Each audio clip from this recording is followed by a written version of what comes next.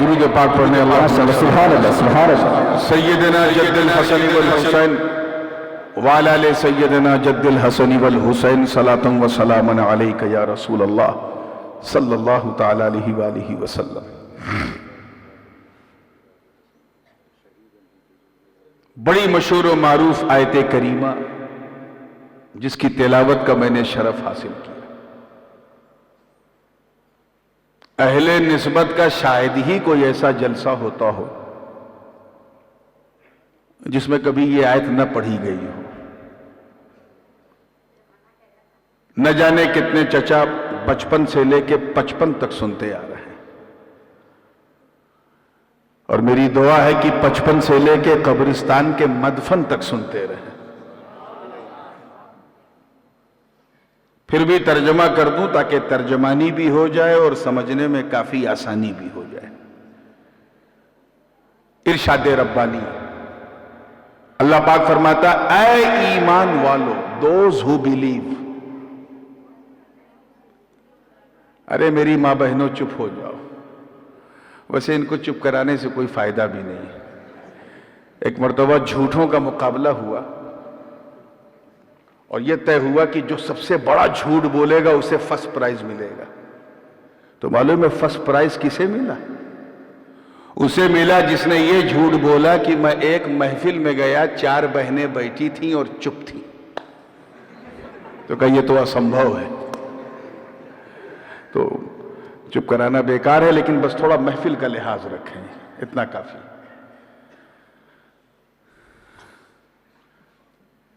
مسکرا کے جب فریش ہوئے ہیں تو آئیے ترجمے پہ۔ اے ایمان والو، ڈرو اللہ سے۔ کس سے؟ اللہ سے۔ اور سچوں کے ساتھ ہو جاؤ۔ اگر آپ دیکھیں تو اس آیت میں اس کے 2 جز ہیں، ایک معطوف علیہ ہے، ایک معطوف ہے، اور ان دونوں کے درمیان جو حرف عطف ہے وہ وَكُونُوا کا واو ہے۔ اور اتنا تو علماء جانتے ہیں کہ معطوف علیہ میں مغایرت ہوتی ہے، اور یہ مغایرت ہی بتا رہی ہے کہ پہلا جز اور ہے، دوسرا جز اور ہے۔ جیسے کہا جاء زید و عمرو، آیا زید اور عمرو، تو یہ وا جو ہے اور، یہ اردو میں جو حرف عطف اور ہے، اس نے کلیئر کر دیا کہ جو زید ہے وہ عمرو نہیں، جو عمرو ہے وہ زید نہیں، آنے والا ایک نہیں 2۔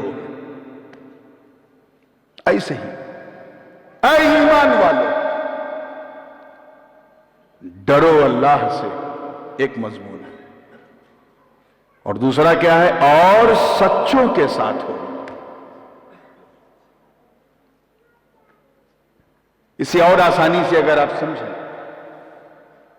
اور اہل معرفت کی جوتیوں کو سیدھا کرنے سے جو صدقہ ملتا ہے، اگر اس صدقے کا حوالہ دے کے آپ اس کو سمجھیں تو آپ کہیں گے کہ پہلے حصے کا تعلق شریعت سے ہے اور دوسرے حصے کا تعلق طریقت سے ہے۔ اللہ سے ڈرو، یعنی نماز پڑھو، روزہ رکھو، حج کرو، زکوٰۃ دو، نیکیاں کرو، خیرات کرو، وغیرہ وغیرہ وغیرہ۔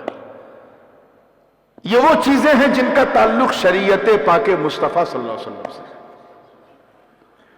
اور صرف یہ نماز پڑھنا کافی نہیں ہے، آگے یہ بھی ہے اور سچوں کے ساتھ ہو جاؤ تاکہ بھٹکو مت۔ یعنی ایک ہاتھ میں شریعت ہو، دوسرے ہاتھ میں طریقت ہو۔ آج کل بہت سارے طریقت والے گھوم رہے ہیں،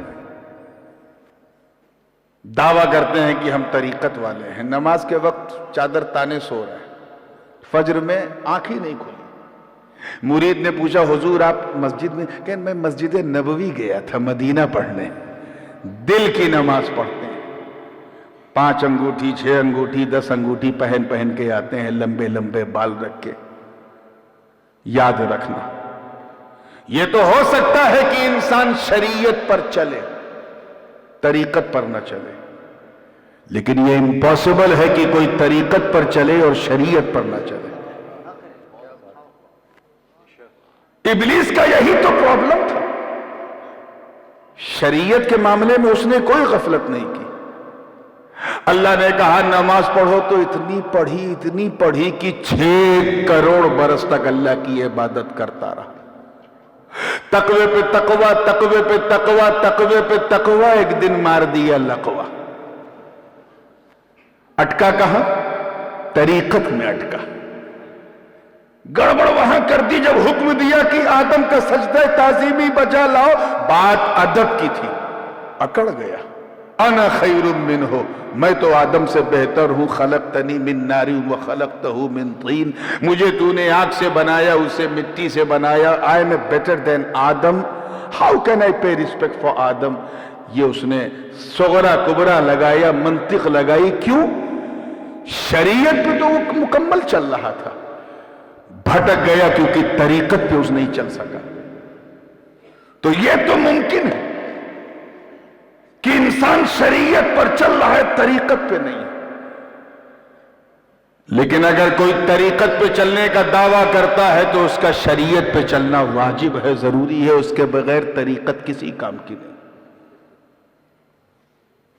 اس کو یوں سمجھیں کہ شریعت نام ہے، یہ ایسا نہیں کہ یہی ہے، میں صرف سمجھانے کے لیے کہہ رہا ہوں. شریعت نام ہے سر کے بال کا. کس کا نام ہے؟ حضرات بولتے رہیے تاکہ آپ بولتے رہیں، میں پول کھولتا رہوں. سر کے بال کا کس کا؟ اور طریقت نام ہے اس بال میں جو مانگ نکالی جاتی ہے نا، کرش بنائی جاتی ہے مانگ، اس کا نام طریقت ہے. کچھ کلیئر ہوا؟ شریعت سر کا بال اور طریقت کیا ہے؟ وہ جو بیچ میں مانگ نکلتی ہے. یہ تو ممکن ہے کہ آپ کے سر پہ بال ہو اور مانگ نہ ہو،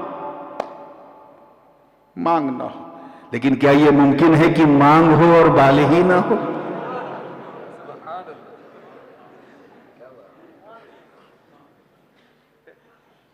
تو یہ تو ممکن ہے کہ بندہ مولوی ہے لیکن صوفی نہیں. لیکن یہ امپاسبل ہے کہ کوئی صوفی ہو اور مولوی نہ ہو. اسی لیے اولیاء اللہ سے بڑا عالم کوئی نہیں ہوتا.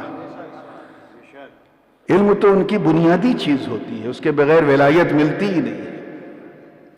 اب اگر مدرسے میں نہیں پڑھا ہے تو اللہ نے پڑھا دیا ہے، وہ اللہ اس کے رسول کے درمیان کا معاملہ ہے. آئیے تو میں سمجھا یہ رہا تھا کہ ایک حصے کا تعلق شریعت سے اور ایک حصے کا تعلق، زور سے بولو، طریقت سے. ایک ہمیں راستہ دکھاتا ہے اور آسان کر دوں، یہ اللہ کا راستہ ہے، دیکھ لو، اراءۃ الطریق کا کام کرتا ہے. اور دوسرا طریقت، وہ دکھاتا نہیں ہے، وہ انگلی پکڑ کے اس پہ چلاتا ہے.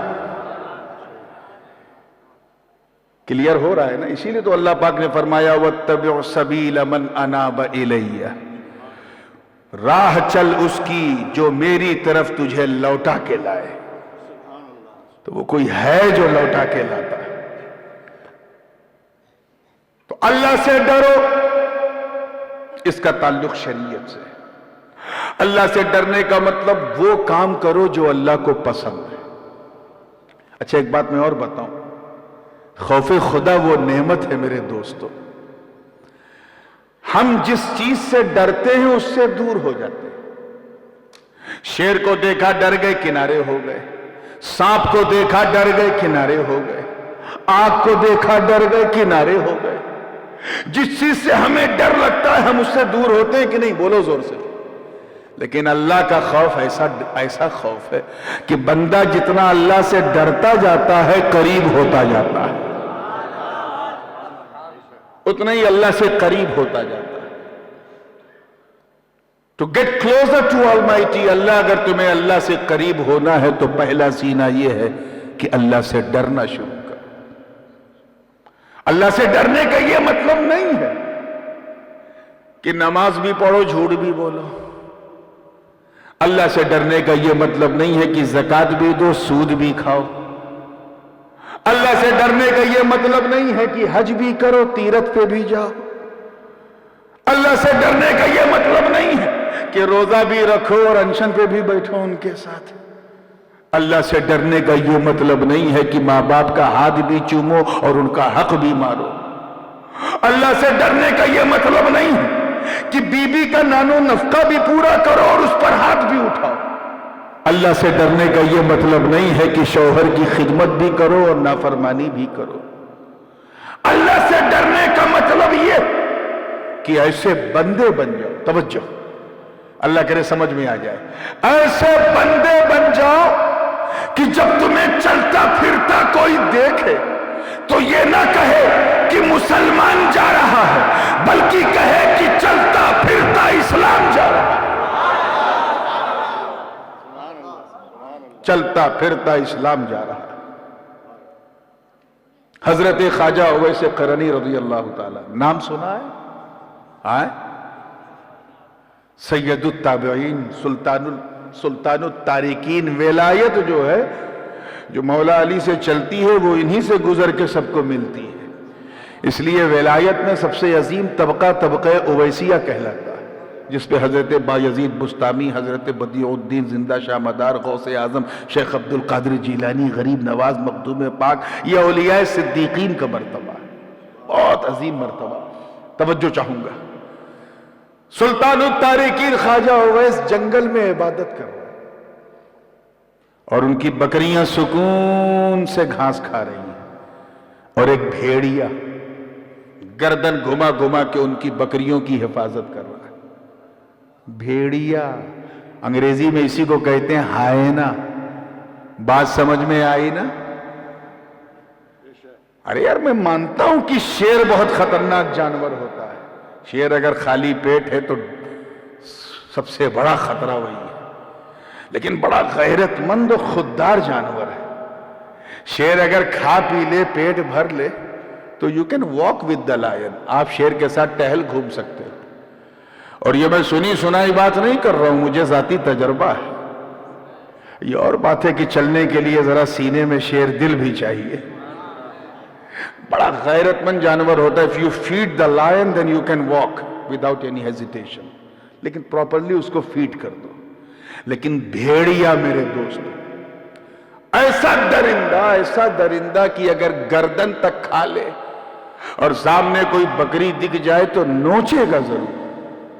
درندہ ہے، چاہے کھائے نہ، نوچے گا ضرور۔ اور یہاں منظر عجیب و غریب، بکریاں گھاس چر رہی ہیں اور حضرت خواجہ اویس قرنی جو ہے وہ عبادت میں مشغول ہیں، اور بھیڑیا گردن گھما گھما کے بکریوں کی رکشا کر رہا ہے۔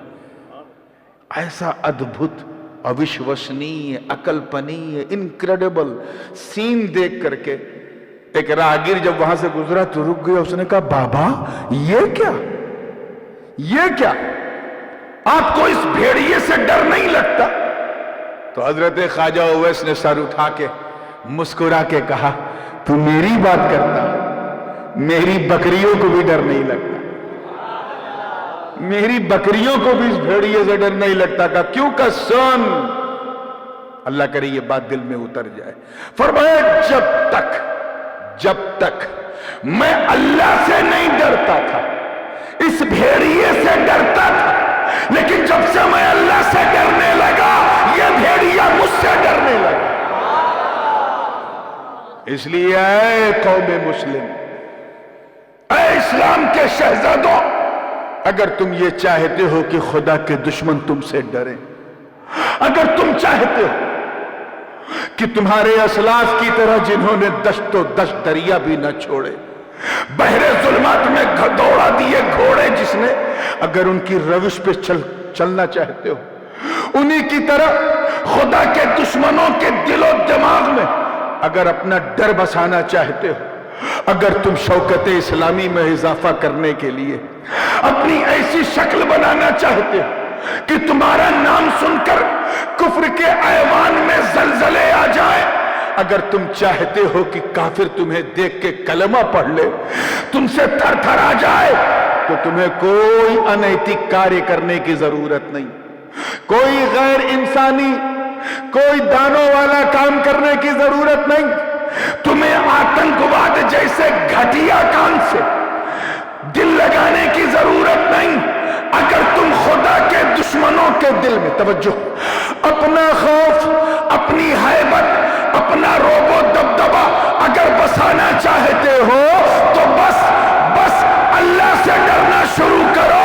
تم اللہ سے ڈرو گے، اللہ کے دشمن تم سے ڈریں گے. سبحان اللہ، سبحان اللہ، سبحان.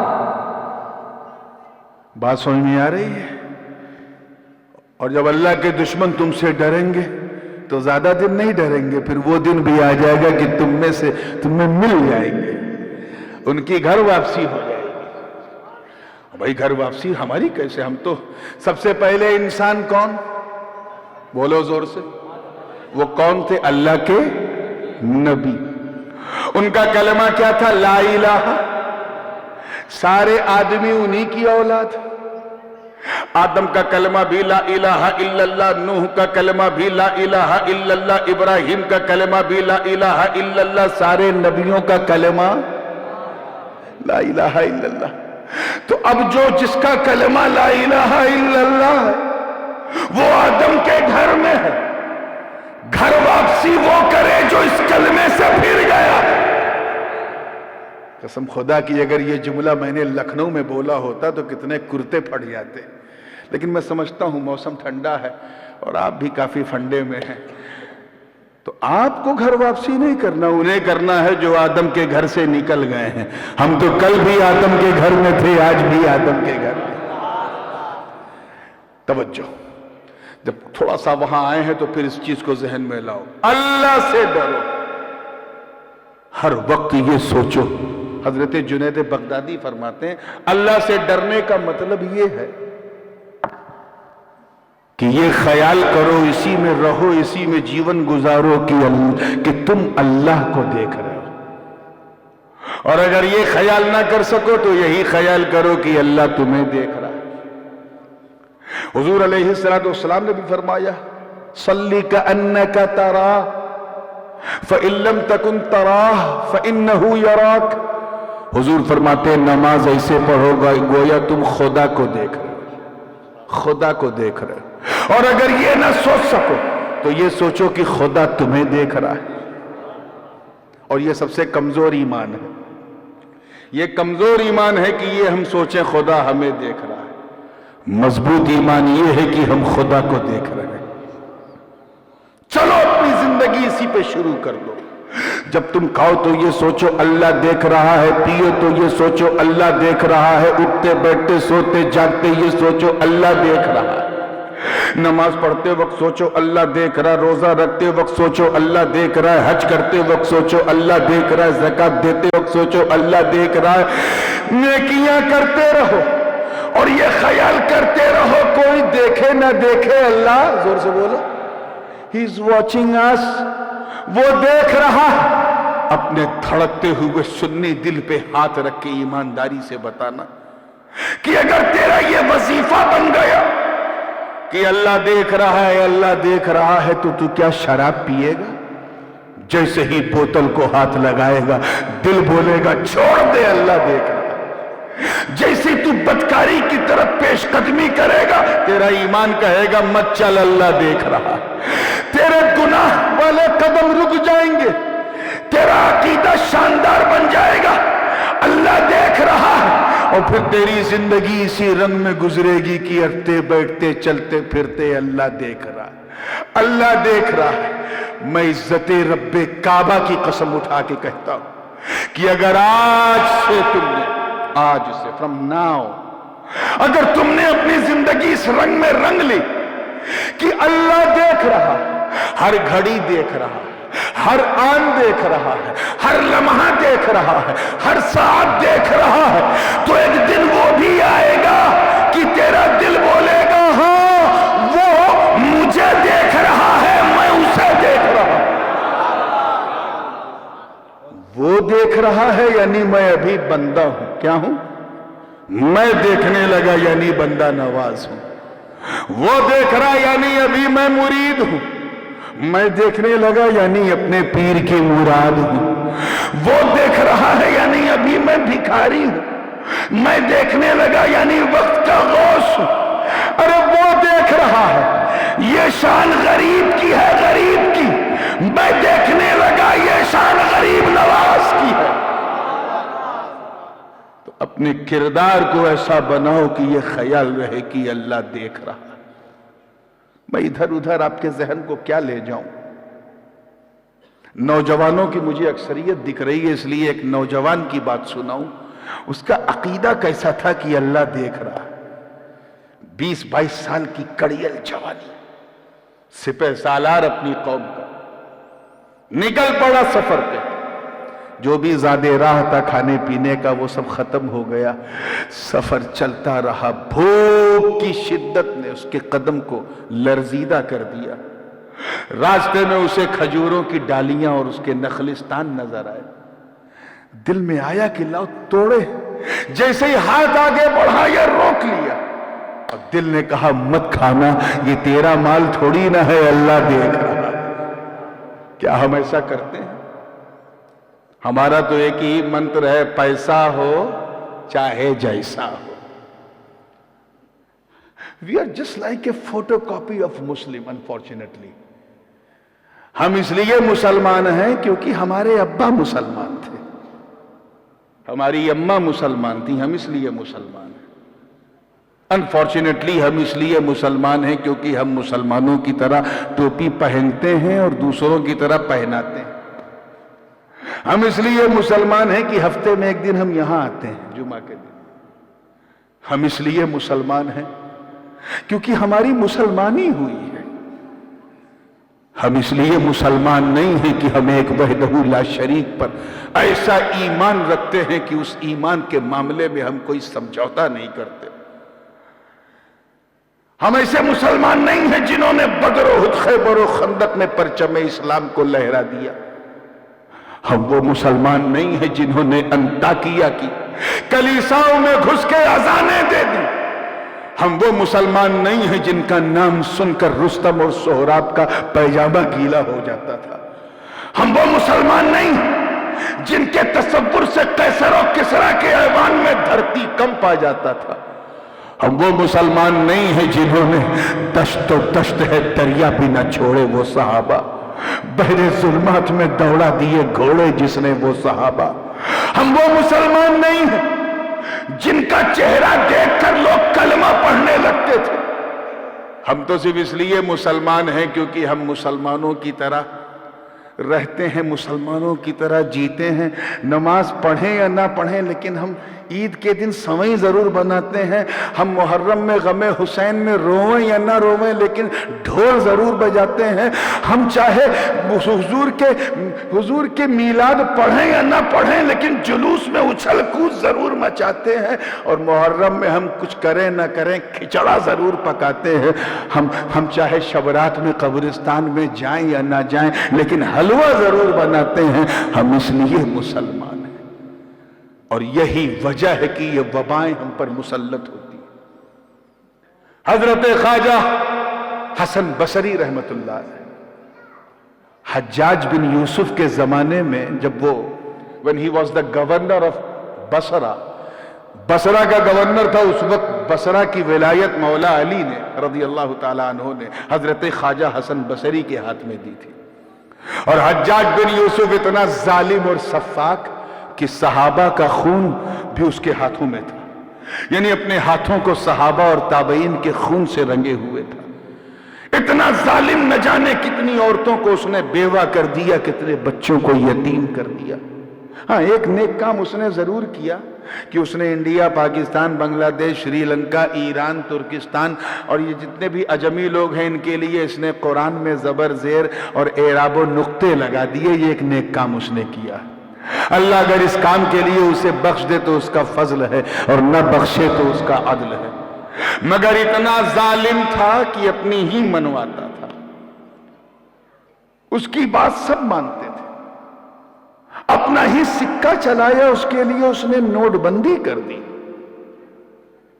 اتنا ظالم اور سفاک، اپنے ہی گرو کو مار کے کرسی پہ بیٹھ گیا۔ اتنا ظالم اور سفاک تھا حجاج بن یوسف کہ اس نے پورا میڈیا تنتر اپنی گود میں بٹھا لیا تھا۔ میں حجاج بن یوسف کی بات کر رہا ہوں، آپ کہیں اور تو نہیں چلے گئے؟ اچھا اگر چلے گئے تو آپ اس کے ذمہ دار ہیں۔ بہت بڑا ظالم سفاک، پورے دیش سے لوکتنتر کو ختم کر دیا اور تاناشاہی اس نے قائم کر دی، اتنا ظالم تھا۔ ایک مرید آیا خواجہ حسن بصری کی بارگاہ میں، عرض کیا حضور یہ حجاج بن یوسف جیسا بادشاہ گورنر ہمارے سروں پہ مسلط ہے، حکومت کر رہا، اللہ اسے ہٹا کیوں نہیں دیتا؟ توجہ، ہٹا کیوں نہیں دیتا؟ تو خواجہ حسن بصری نے فرمایا ما جاء الحجاج الا بذنوبنا، حجاج بن یوسف نہیں آیا مگر ہمارے گناہوں کی وجہ سے، یعنی ہماری کرتوتیں ایسی تھی کہ اللہ نے عذاب کے طور پہ حجاج بن یوسف کو ہمارے سروں پہ بٹھا دیا۔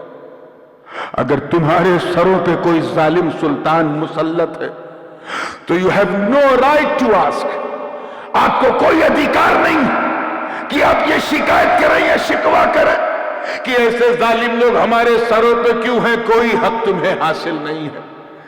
اب اگر تم چاہتے ہو کہ ایسے ظالموں سے ہمیں چھٹکارا مل جائے، دیش میں امن اور شانتی کی لہر دوڑے، تو تمہیں قانون کو ہاتھ میں لینے کی ضرورت نہیں، بس اپنے گناہوں سے توبہ کرو اور اللہ کی بارگاہ میں رجوع کرو، اس سے ڈرنا شروع کر دو۔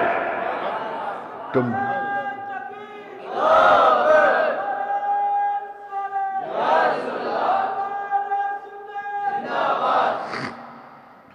سمجھے؟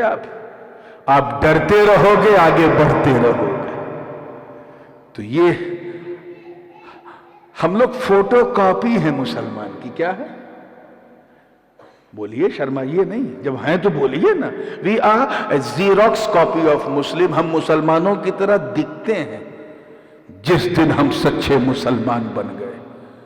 ہمیں نہ کاروبار کے لیے تعویذ مانگنی پڑے گی، نہ روزگار کے لیے، روزگار ہمارے قدموں کو آ کے سلام کرے گا۔ اپنے کردار کو سنوارو مسلمانوں، اور نہ سنوارا تو تمہاری داستہ بھی نہ ہوگی داستانوں میں۔ اللہ تعالیٰ اسی لیے ہم پر وبائیں مسلط کرتا ہے تاکہ ہم لاک ڈاؤن ہو کر اسے یاد کریں، اور ہم نے یاد کیا بھی۔ جو لوگ مسجدوں میں نہیں آتے تھے اس دوران، انہوں نے اپنے گھروں میں مصلے بچھا دیے، لیکن لاک ڈاؤن سے نکلے تو پھر ہم وہیں پہنچ گئے جہاں 2 سال پہلے تھے۔ اسی لیے حضور امام ہمام مجدد میت حاضرہ قبلہ عالم حضور شیخ الاسلام علامہ مدنی میاں فرماتے ہیں کہ جس میں پاسے شریعت نہ خوف خدا، وہ رہا کیا رہا، وہ گیا کیا گیا، ایک تصویر تھی جو مٹا دی گئی، یہ غلط ہے، مسلمان مارا گیا۔ آج جو ہم سنتے ہیں کہ فلسطین میں اتنے مارے گئے، کشمیر میں اتنے مارے گئے، اور شام میں سیریا میں اتنے مارے گئے، یہ کون ہیں؟ ایک تصویر تھی جو مٹا دی گئی، یہ غلط ہے، مسلمان مارا گیا۔ تو اپنے کو ایسا بناؤ کہ جب تمہیں کوئی مارے تو یہ کہے واقعی ایک مسلمان مارا گیا۔ We are just like a photocopy of Muslim۔ اللہ کا ہمیں کوئی معاذ اللہ ڈر ہی نہیں۔ ہمیں سب سے پہلے یہ سوچنا چاہیے کہ یہ سوچیں کہ کوئی دیکھے نہ دیکھے، اللہ دیکھ رہا۔ وہ نوجوان کھا سکتا تھا کھجور، مگر اس نے یہ سوچ کے نہیں کھایا میں کیسے کھاؤں جب اس باغ کا میں مالک نہیں ہوں، کوئی دیکھ نہیں رہا ہے مگر اللہ تو دیکھ رہا ہے نا۔ کھا لیا اس نے، نہیں کھایا، چلتا رہا۔ چلتے چلتے آنکھوں کے سامنے اس نوجوان کے اندھیرا، قدم لڑکھڑانے لگے، جان بلب، ایسی کنڈیشن ہو گئی کہ اب شریعت کی طرف سے اسے اجازت تھی کہ اگر کوئی حرام چیز بھی مل جائے تو جان بچانے کے لیے کھا سکتا، اور شریعت کا یہی حکم ہے کہ اگر پیاس سے جان نکل رہی ہے اور سامنے شراب کی بوتل ہے تو بس اتنا پی لو کہ جان بچ جائے، یہ نہیں کہ پوری بوتل چڑھا لیا۔ ایسے ہی اگر بھوک سے جان نکل رہی اور سامنے کوئی مردار جانور ہے تو اتنا پکا کے کھا لو جتنے سے جان بچ جائے، یہ نہیں کہ پوری دعوت اڑا دی۔ اس نوجوان کو فتویٰ پتا ہے مگر اس کے تقوی کو سلام۔ وہ چلتا رہا، دیکھا مری ہوئی چڑیا، سوچا کہ لاؤ بھون کے کھا لوں، جان بچا لوں، مگر پھر یہ سوچا کہ آج تک میں نے کبھی رخصت پہ عمل نہیں کیا، ہمیشہ عزیمت پہ عمل کیا۔